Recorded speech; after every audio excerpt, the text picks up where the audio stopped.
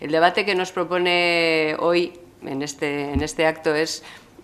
podríamos decir, ciertamente extravagante, en la primera acepción del diccionario de la Real Academia de la Lengua Española, ¿no?, en el sentido de fuera de lo común, porque nos plantea que debatamos sobre proyectos de ley que no son ni anteproyectos y que, insisto, usted insiste en que no son del Gobierno. Entonces, es un debate un poco raro, ¿no?, para el legislativo, ¿no?, porque nos dice, bueno, son de los expertos, no son nuestros, debátanlos. ¿En qué foro? ¿Dónde los debatimos con los expertos? Porque nosotros, desde luego, la que le habla no lo es, pero en todo caso, colectivamente, no somos una Cámara de expertos, somos una Cámara legislativa. Es, por tanto, un debate un tanto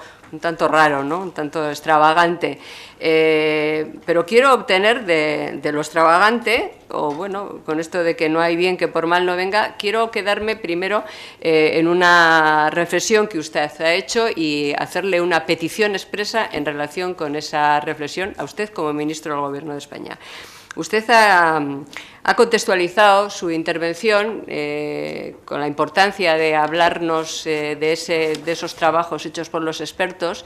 Nos ha explicado que, bueno, que el vértigo de hacer reformas sobre temas tan controvertidos, tan importantes, en este caso por ser leyes tan antiguas, pero en todo caso porque son troncales para el propio sistema democrático, le ha hecho ir al Gobierno a pedir informes a expertos antes de entrar al debate primero en el Consejo y después con los legisladores. Me parece que es una buena práctica, o que puede ser una buena práctica, cuando uno aborda un texto legal que es transversal para la democracia española, que no es ideológico o no debiera de serlo, que es mucho más que eso, que es político con mayúsculas y que, por tanto, no debía uno de evitar dividir a la sociedad en dos a la hora de hacer la tramitación, ¿no? Entonces, puesto que usted ha elegido este sistema de debate con expertos antes de hacer suyo el texto como Gobierno, yo le pediría que haga lo mismo con esa anunciada reforma de la ley del aborto, que haga exactamente lo mismo, que haga el debate previo y fuera, que haga un debate de expertos abierto, limpio, transversal, transparente, y que después lo traiga a la Cámara, pero que haga ese trabajo previamente, porque no es menos importante por el hecho de que estemos hablando de reformar una ley que no tiene todavía, en fin, que acaba de entrar hace muy poco tiempo y que, por tanto, sobre la cual no se ha podido hacer una apreciación de cuál ha sido el resultado. Es una ley tan joven, las que usted ha hablado, porque son tan antiguas, y esta porque es tan joven que no puede haber un informe respecto de los resultados, de si la pretensión del legislativo era la correcta. Se lo dice una portavoz que hizo una enmienda a totalidad a la ley y la votó en contra. O sea que, no, pero el ejercicio de transversalidad, de cuidar lo político por encima de lo ideológico, de pedir el informe a los expertos sin prejuicio, estando dispuestos a escuchar sin fundamentalismo y después traer el texto, yo le pido, en nombre de mi grupo, que lo haga también con la ley del aborto. Que lo haga. O sea, que renuncie a eso que ha anunciado de traer la ley de su partido para traer un proyecto de ley, si finalmente llega a la conclusión, después de que los expertos hablen de que hace falta reformarla, para que la traiga después. O sea, que se aplique ese mismo criterio. Se lo pido formalmente, señor ministro, en nombre de mi grupo, a usted, en representación del Gobierno de España. Respecto de las cuestiones que usted ha abordado, yo le quería, en el tiempo de que dispongo, le quería hacer algunas preguntas. Algunas de ellas usted las ha sugerido en su intervención y otras no me ha parecido que formaban parte, pero algunas preguntas concretas sobre cuestiones a las que usted se ha referido y sobre otras que forman parte del debate político, del debate público en relación con las reformas del sistema judicial en su conjunto, con la ley de enjuiciamiento criminal, con la reforma del Código Penal, que usted no ha abordado expresamente, con una parte. Bueno, le quería hacer algunas consideraciones, ¿no? En primer lugar, sobre un asunto que ya han abordado también mis colegas y usted mismo, ¿cómo piensa el Gobierno asegurar que el Ministerio Fiscal posee la formación y el número, que el señor Olavarría lo planteaba, la estructura suficiente, los medios suficientes como para llevar a cabo una correcta instrucción del caso, dadas las deficiencias de los medios que ya presenta? O sea, ¿cómo piensa resolver esto que efectivamente es, a mi juicio, una contradicción? Luego también nos gustaría saber por qué considera el Gobierno que la figura del juez instructor debe desaparecer. ¿Por qué ha llegado a esa consideración? ¿Qué nuevas garantías de independencia a la hora de incoar la instrucción del caso presenta esta nueva reforma de la Ley de Enjuiciamiento Criminal, esta de la que usted nos ha estado hablando?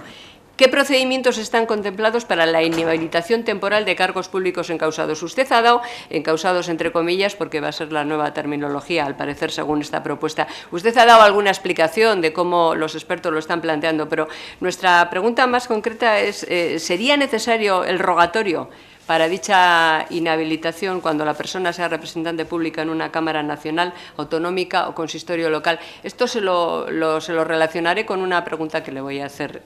después sobre el tema de los aforamientos. Y luego una cosa que a nosotros nos preocupa. Usted ha dicho que, en fin, que la corrupción política es un tema gravísimo, que la acusación popular, le he creído entender, resulta imprescindible para perseguir la corrupción política, pero que precisamente por eso, porque resulta imprescindible, partidos políticos y sindicatos ya no van a tener la capacidad de ser acusadores, o sea, que no van a tener esa capacidad para actuar como acusación popular, cosa sobre la que se ha hablado bastante en los últimos tiempos y usted ha planteado aquí también. Le pregunto que ¿por qué estima el Gobierno pertinente suprimir a partidos políticos y sindicatos como personas jurídicas, públicas y privadas de la acusación popular, vista la inacción de la Fiscalía en determinados casos, que ha sido corregida precisamente por la intervención de partidos políticos? A ver, para decirlo en concreto, si esta reforma que usted nos plantea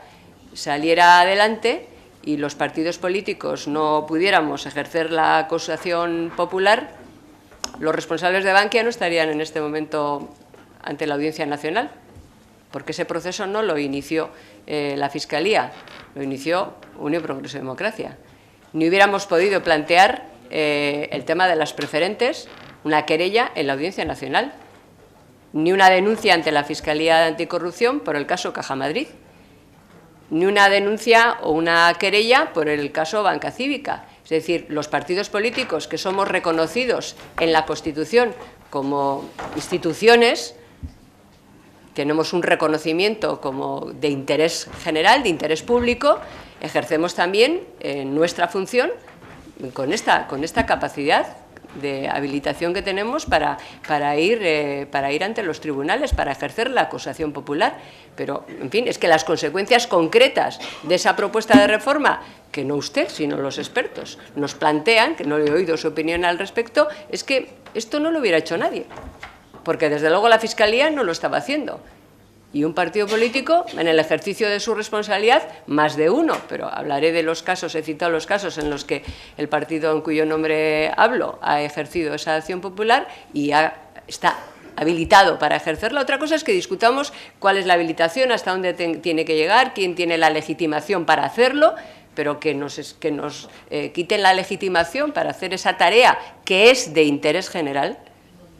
de interés público, y por eso la ejercemos los partidos políticos como la pueden ejercer los sindicatos, me parece una contradicción, señor ministro, con esa proclama que usted ha hecho de lo imprescindible que resulta para perseguir la corrupción política. Por otra parte, pasando a otro tema, sobre la capacidad de pacto entre la Fiscalía y las partes, que aparece, en fin, una propuesta de reforma en el texto de los expertos que usted nos ha explicado. ¿No cree usted que aumentar la capacidad de pacto entre Fiscalía y las partes en cualquier momento del proceso puede suponer una rebaja de las penas? ¿Puede tener como consecuencia eso? Y por último, ministro, que se me ha encendido la luz roja. Esto es una cuestión, lo que le voy a plantear ahora, que no ha aparecido ni en su intervención ni en ninguna de las leyes que, en fin, que daban origen a su comparecencia o las peticiones que se habían hecho, pero que tiene que ver con un asunto del que hemos debatido bastante y en el que usted y nuestro grupo, o sea, el Gobierno, el grupo mayoritario y usted habíamos encontrado un acuerdo, que es la responsabilidad jurídica de los partidos políticos políticos y los sindicatos. Hemos leído a algunos expertos, uno de ellos, lo último que he podido ver, Juan María Terradillos Basoco, catedrático de Derecho Penal de la Universidad de Cádiz, que explica que en el último anteproyecto de reforma del Código Penal ustedes vuelven a modificar el 31 bis 5 y los partidos políticos y los sindicatos, para satisfacción, supongo, del señor Olavarría, que no está aquí presente, y desde luego también del Grupo Popular, dejan de ser responsables penalmente, en tanto que personas jurídicas. Muchos expertos han escrito sobre esto. Este que le acabo de citar escribe a favor de la decisión que ha tomado su Gobierno de volver atrás la decisión que tomó antes de que la ley se aplique. No sé si esto se corresponde con la realidad, si esto que aparece en el nuevo anteproyecto es un lapsus y se les ha ido la mano y no han incorporado la última reforma del año pasado, o simplemente han cambiado de criterio y quienes estaban en contra de esta posición pues les han convencido a ustedes al respecto. Pero me gustaría, si es posible, señor ministro, que me aclarara esta cuestión. Gracias, presidente. Me ha dicho que este es un debate extravagante y ha aclarado que es a petición de los grupos. Y solamente aclararle una cosa, o pedir que si hay un compañero suyo de la sala que después se traslade, cuando ella hablaba de rogatorio, quiero entender que se refería a los suplicatorios, pero que, por supuesto, los parlamentarios que tengan